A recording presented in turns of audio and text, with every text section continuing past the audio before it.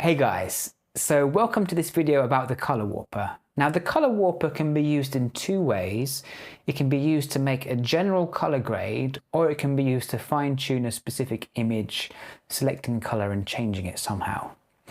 Now let's have a look back at this image where we were a minute ago.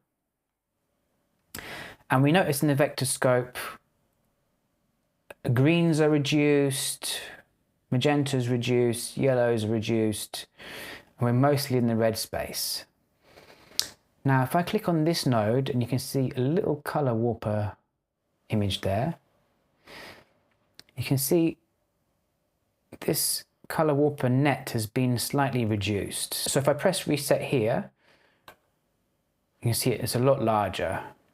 And look at the vector scope, it's still reduced, but it's spread out a little bit more.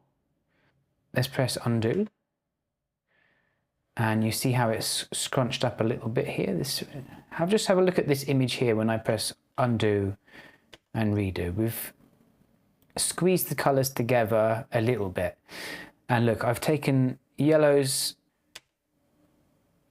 I've taken this yellow and green areas, and I've basically, by pulling them in, I'm desaturating them.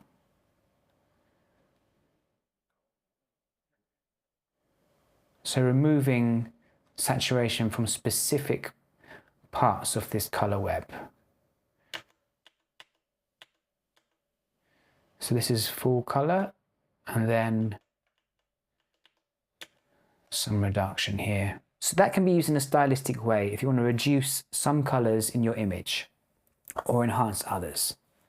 Okay guys, so another way we can use the color warper is to select a specific color range and then change that on a per image basis. So let's have a look at this drone shot. I'm gonna delete all the color grade from that I made before. So now that I'm on the color warper tool, if I select somewhere in the greens, you'll notice a little crosshair is appearing in the green section where I am. I can now click and then drag and then change the tone of the green by pulling that point across. At the moment, I've got this auto lock switched on. It might not be on by default. Then it's going to pull the whole image, so it might affect more.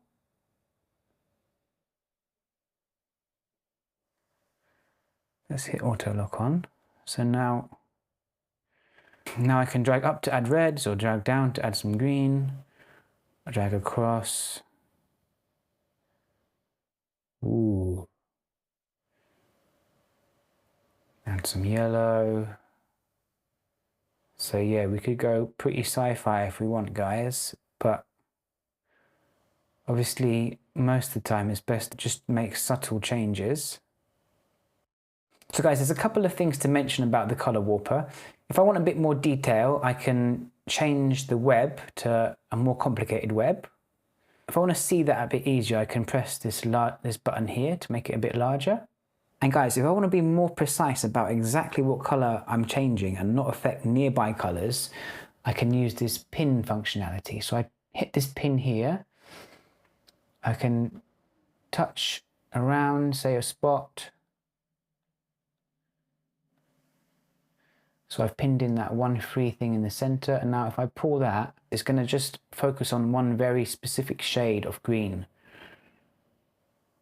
So I'm only affecting some of the grass and not all of it.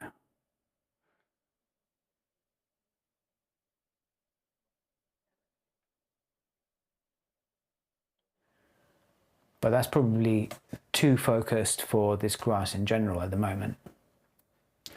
So that's the color warper, guys. Maybe I want to change the roof a little bit. Put a bit more orange in it. Give it a bit of a pop. I'm going to change the green a bit. Let's refresh that, get rid of those pins.